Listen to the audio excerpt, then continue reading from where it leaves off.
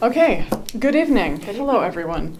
This is the Board of Library Trustees meeting at the library on Wednesday, December 17th, 2025. I'm going to call the meeting to order at 6:05 p.m. I'm Amy Paul, Chair, and to my right is Cindy McNaught, Vice Chair. Jean Cintolo, Trustee. Michelle Jones, Trustee. Katie McGonigal, Library Director. Okay, thanks everyone. We have no public comments. Meeting minutes from November 19th, 2025. Our last meeting Larry provided. Has everyone had a chance to review? Any changes we should note?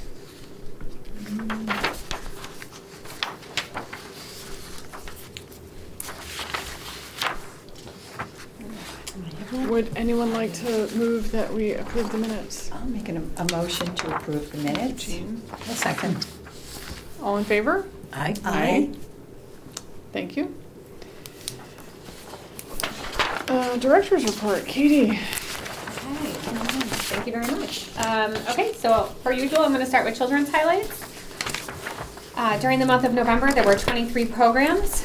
There were 501 program attendees. There were 211 reference transactions in the children's department. And for the passive programming, there were 229 participants for the scavenger hunt, 138 guesses in the guessing jar, and the art activity had 146 participants. The library continues its winter programming, and the children's department's partnership with Pathways for Parents continues to provide many learning and social opportunities for children and their caregivers who visit East Long Meadow Public Library. Through this connection, the Children's Department is now exploring programming options at North Star Athletics, which is just across the way there. Great. The picture on the left that you see below you is what the room is set up at North Star Athletics. That Pathways did a lot to set that up, and so that would be a space that the Children's Department could then use over there. And so the Children's Department is working with North Star That'll be kind nice. of trying to figure out That'll programming be very off-site. nice. The Children's Department also coordinated the Giving Tree donation drive with our community partner, All Our Kids, or AOK, and the COA and Park and Rec supported, and then also Giftology across the way also started doing a collection to then add to our collection at the, for AOK, so that was really great. And I just wanted to highlight Mr. Liam. He comes monthly, Music with Mr. Liam, and that's usually a big hit with the little kiddos for music, and it's just a really fun program. So, and that again is one of the Pathways programs. For teen highlights, there were 9 programs in November. There were 169 participants with those 9 programs. There were 3 passive programs upstairs, and 80 teens participated with those. Programming for the teen department kept steady during the month of November, working around the professional development and holiday closures. Erica attended the Teen Summit virtual conference and identified several programming opportunities from these sessions, including collaborating with the local middle school on a future lunch bunch program. The Teen Test Kitchen, Teen Spot, and Crafternoons continued to be a hit with the tweens and teens. And below you can see some pictures that Erica shared from the programs.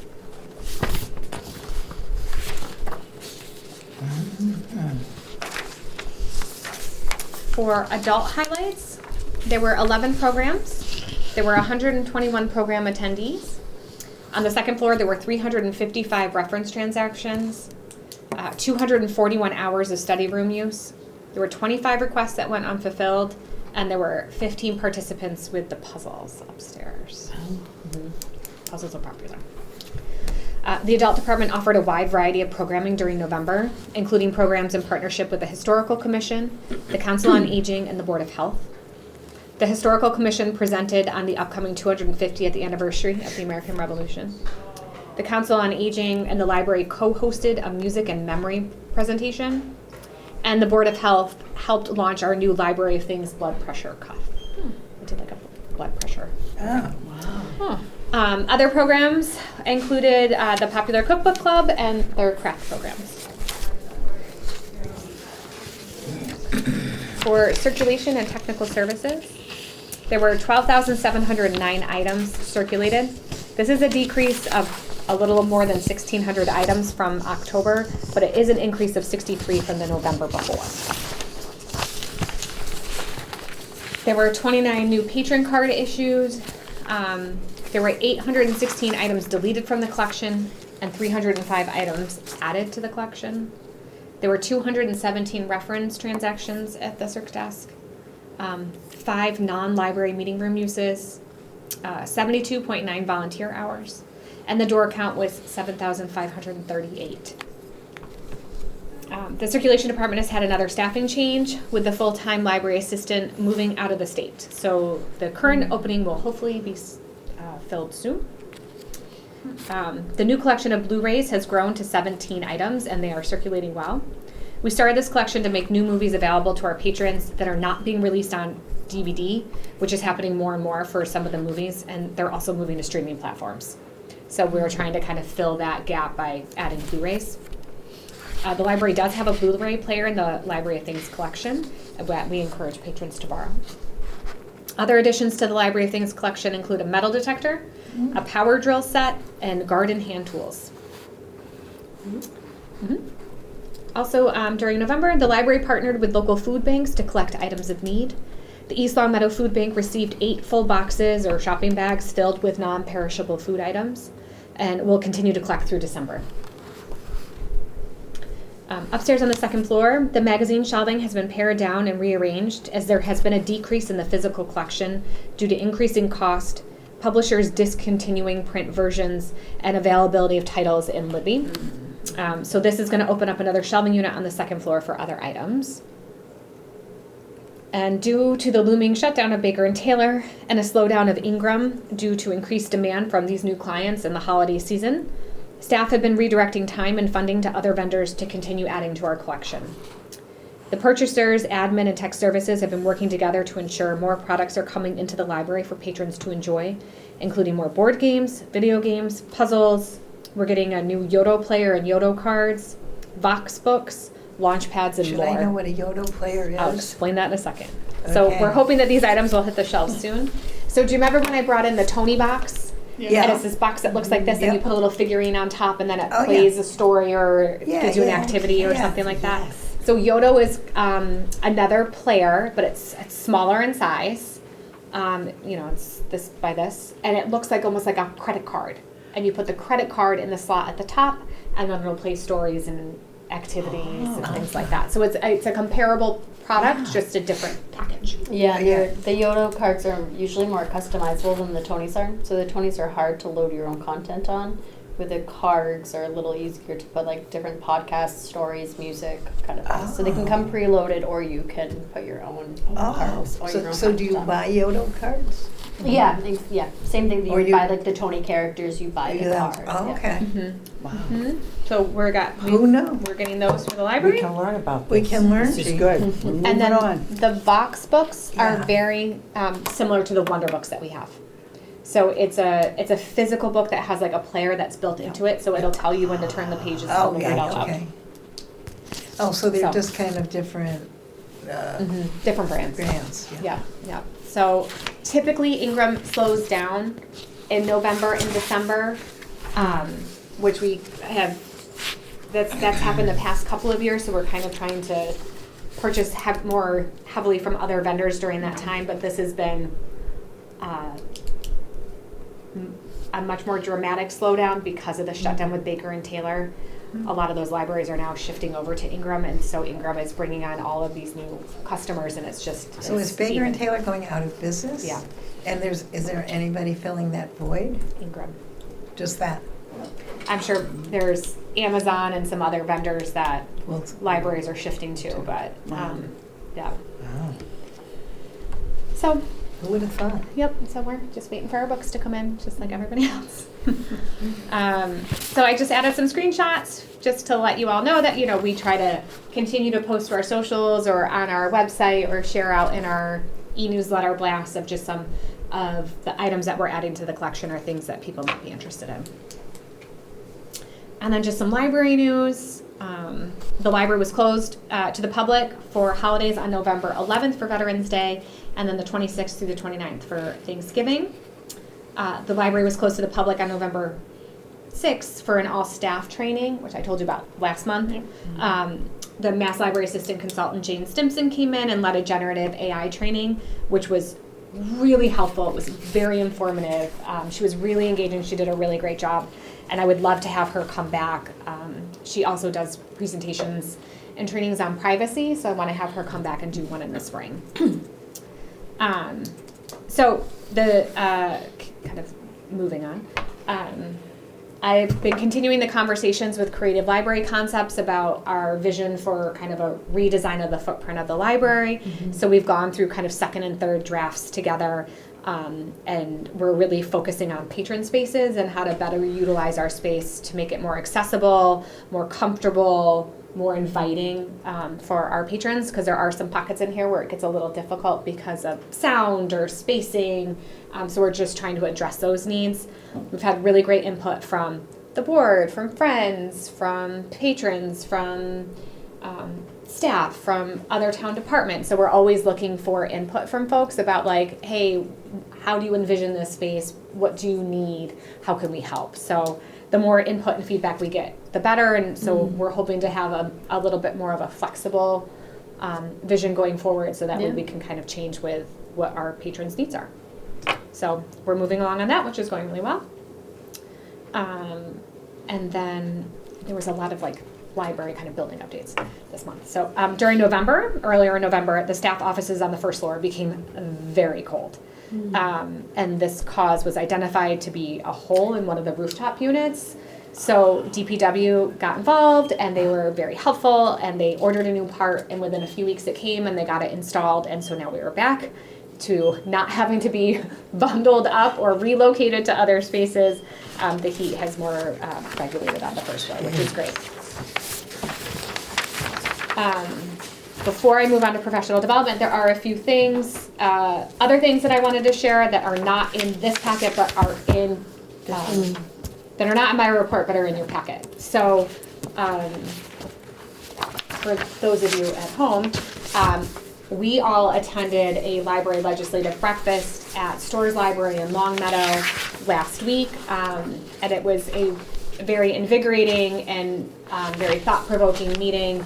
There was a lot of discussion about what libraries need across the Commonwealth, and what our patrons need, and how we can kind of work together to make sure that we're doing the best that we can with the funds that we have to meet our patrons' needs, and then to request the additional funding that we need to really move us forward.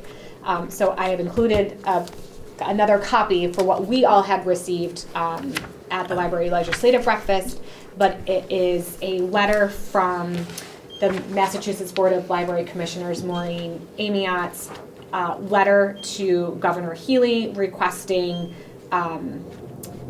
putting in the request for the FY27 budget. And then also in this packet, there is information about state aid to public libraries, and why being a certified library is important and how that helps our communities. We did just receive, I don't know if I have it in here. Our library did receive its first installment of state aid funding. So we are certified again for this year, which is great, and we received our funding a couple weeks ago, and that has already come in through the town, so that is great.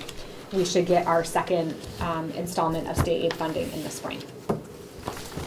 And then, Are you able to use those for operational costs and things? yeah, so there's kind of a wide range of options for how that funding can be used. It can be used for professional development.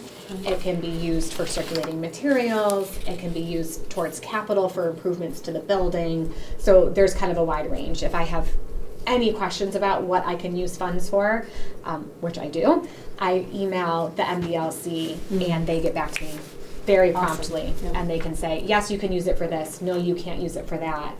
And I ask them often, like, if I purchase this, does this count towards our minimum required expenditure for circulating materials? Because we have to spend a certain amount of our budget on circulating materials. And so they'll also answer questions like that. So they're really helpful. Nice. And then the last thing in this little packet that you have here is information about the Massachusetts Center for the Book and the programming that they do for us across the Commonwealth. And then this, I will also plan to share out with the friends. I will plan to share this out with the town, like the manager and town council, the library staff, and I would like to kind of post some of this information around the library as well. And this is also available on the Massachusetts Board of Library Commissioners website. And then the next kind of page in our packet here is just more information about that, the call to action that was discussed at the library legislative breakfast that we went to last week when the Mass Board of Library Commissioners was talking about the bills that are going to the House. They have passed in the Senate, but now they need to go into the House. So just to continue to please advocate the importance of libraries in our communities and what these bills can bring to our patrons. So it's an act regarding free expression or the freedom to read and the ebook bill. So the freedom to read bill is to help ensure the right to read and protects voices in library workers. And then the e-bill tries to help with digital access and digital pricing for libraries because the cost of ebooks and e-audiobooks is much higher than just a typical person purchasing that same content. So they're trying to kind of help try to regulate the pricing for libraries. So that's this. I'm going to go back to the director's report in a second, but I have some other things that I wanted to share with you that are not here. And that's just a couple of updates that the library was working with the town manager's office, and we have gotten some really great grants that have recently come through. So one of the grants that we got is part of the Massachusetts Broadband Institute Digital Equity Grant, and there's implementation funds that we have received as a town to hire a digital navigator and a champion for funding. So the digital navigator, the goal of that role is for them to do kind of like technology classes here at the library, at the Pleasant View Senior Center, and at the Housing Authority. And it will be 3 different workshop series. So it'll be like a beginner, an intermediate, and advanced here at each of the 3 locations. And then also do kind of like a train the trainer, 2 small cohorts of that. So to really try to help with that digital equity in our community. These programs will be open to everybody, and an exciting addition to that, not only will people get the opportunity to learn from an expert, but we will also have devices to distribute to those people who participate. So as part of the grant, we're going to get laptops for those folks that participate, which is really great. So do you have a time frame for that? Hopefully in late winter, early spring, we'll get started on those programs, but that will be heavily advertised on the library website, on the town website, with the Housing Authority and with The senior center. Mm-hmm. And within the library. So we're trying to so we're going to try to hit the community in different places in different ways so that they know that this opportunity is there for them. And then the other piece of this grant is for a champion for funding. So it's somebody that we can hope that can research ongoing funding opportunities to continue our community, us as in the East Longmeadow, addressing the digital divide. Sort of like a grant writer? Kind of, yeah. Someone to help research the grants and figure out how can we move forward and how can we fund these things that is needed within our community. So that's very exciting. So that's one grant. And then, again, the town manager's office, Rebecca Lisi, helped with, we applied for 5 municipal ADA improvement grants, and we got all 5, which is great. So we got funding to... You could have another cookie. We got funding for the flooring on the first floor, so non-carpeted areas, but all of the other hard flooring on the first floor to replace that. We got funding to address some of the sidewalk issues outside the building on this side. We got funding to replace the water fountain with a filling station. We got funding to address some of the signage so that we can add raised characters in Braille.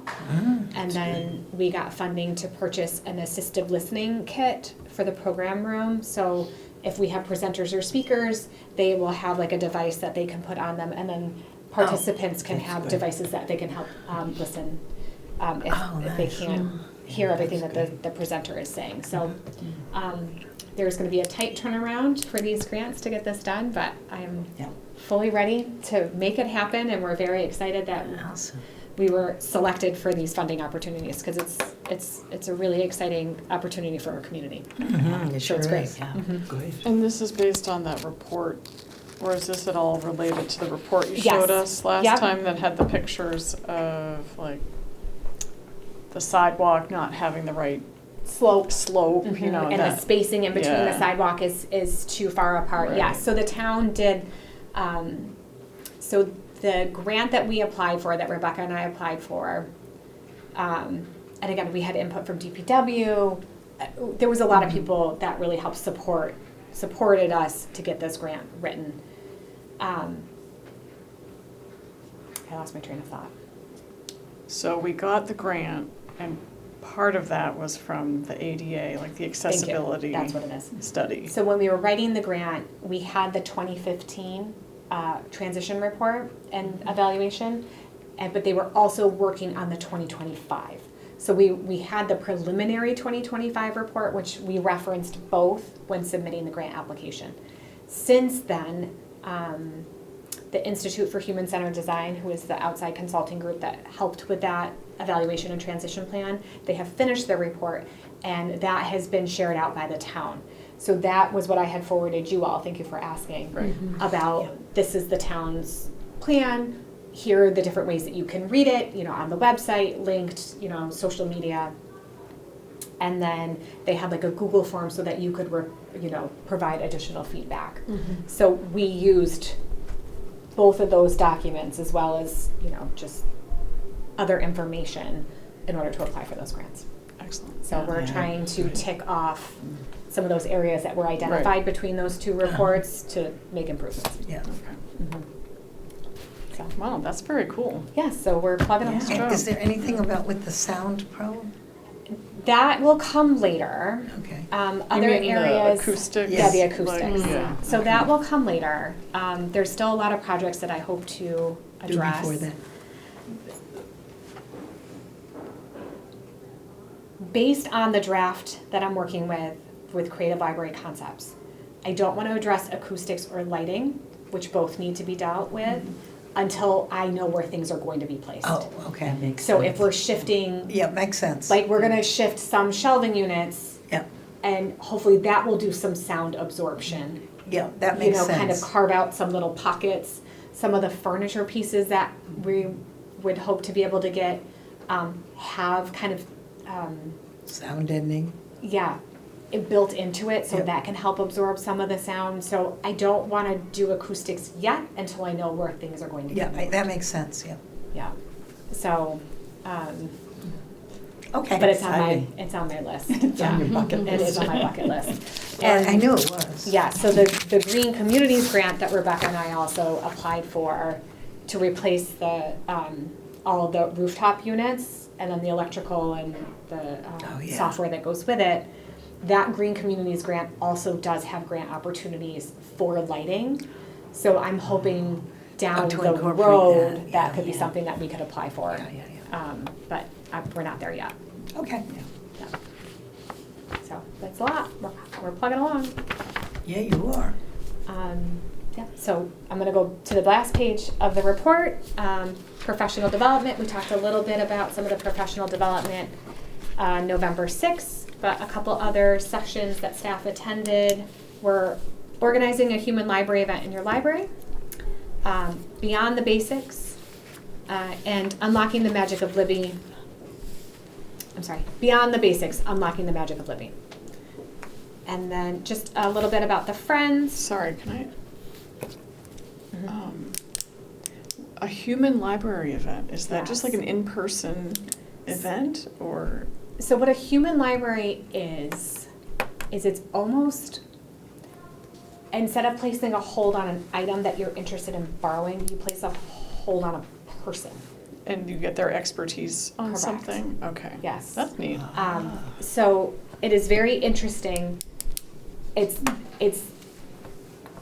logistically, it's a little more complicated because you have to then find all of your volunteers that are going to be the experts in whatever field they're an expert in figure out their availability and then kind of vet them to make sure that they are you the get expert. like an accountant or a.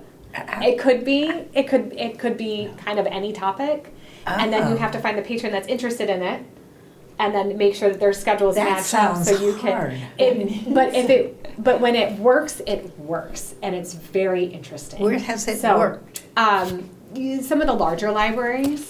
So this has been done. So it's kind of like, yes, this is not a new thing, but it would be a new thing for us. Yeah. But there's potential there. So it's just trying to figure out. It's all the Yeah. back end programming, basically. So I think it's helpful to learn more before you just launch into something. So you sort of get a programmer and then get people who want to. Kind of, Do but I think it's one-on-one. Is it's it a more one-on-one? I think it's more one-on-one. Yeah, that's what I mean. So, Yeah. So one person might. Or like two people to Yeah. one person, Yeah. So.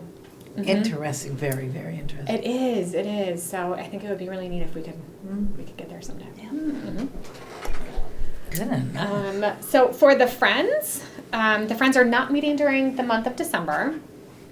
But I did forward some emails to the Friends about continuing to advocate, some opportunities that were coming up, information about the bills, and they were on it immediately and contacted their entire membership. So they continue to do a great job really making sure that the word is getting out there. So that was really great.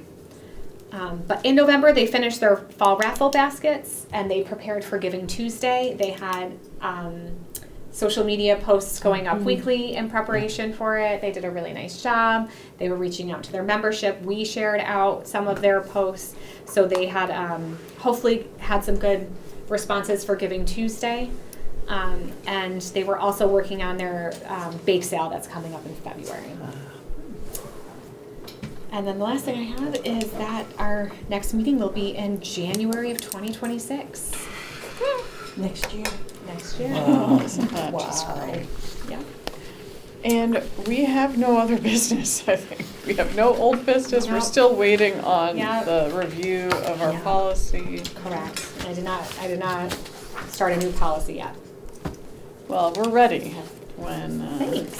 when you do. And I don't think we have any other topics. Oh, I though, lied. do we? I do What? have. I think You I do lied? have one more new thing. The Oh. library got a direct phone line.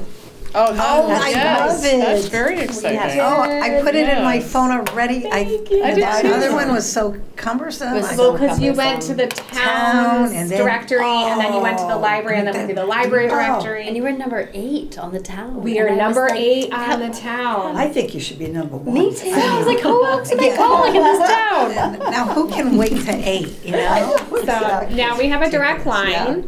Yeah. It's 413-525-5420. And then you'll just go through our directory to get to Thank the department goodness. you need. Our directory did not change. It's all still the same.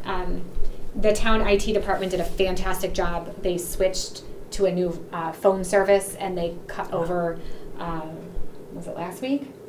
And that must have been a massive undertaking for them, but it went really well for us and they were fully supportive. They great. were here like every day. Is it for- working now? It's working Sort of. 90% now. Yeah, we're getting there. We have a lot of phone lines in our, it's Oh, like yeah, I know. shocking how many phone lines No, we and that's have in why it this was so building. cumbersome. Yes, so it was a lot of work. I mean, we have 4 That's lines that good. just go into the circulation department, 3 lines that go into children's department. So we have a lot of phone lines in the building and they have to be answered by multiple people. So they've done a really great job. We got all new phones, like all new devices. It's new answering service. So they did a really good job walking us through step by step. So we're very excited. Oh, They yeah. recommended the new Great. phone line. I didn't even know that was an option. So that was great. Yeah. So we have calling the town line and hitting option 8 will still get you Still here. will, okay. But now you can Good. just call direct, which is nice. That's great. So- Yeah. No, first thing I did is put that in my Me phone. too. Thank you. Cut and paste. Cut and Went paste. right in there. I Yep. feel like I should call the library more often. You can now. Now I'm not afraid to. It's easier. Call and chat with Tammy. Yes. We're friendly. You can call us. I know That's you what we are. do. I know. Well, that's great. Okay, so Yeah. that, I think now I'm officially. All right, we officially Perfect. have. I think that's it. Thank you for taking notes. Oh, you are Michelle, welcome. Larry. For Larry, we'll look forward to having him back next month, Is he sick? and Nancy too. Yeah. Would anyone like to move that we adjourn? I would like to move that we adjourn. I'll you, second Cindy. it. There we go, Jane. Thank you. That seems to be my job. It's my Thanks, job too. Jane. Okay. So we will adjourn at, what time is it? 6:35. 6:35. Thanks everyone and happy holidays. Did you vote on adjourning? Happy We holidays. agree. We agree. Aye, aye. Aye, aye. 6:35. Thank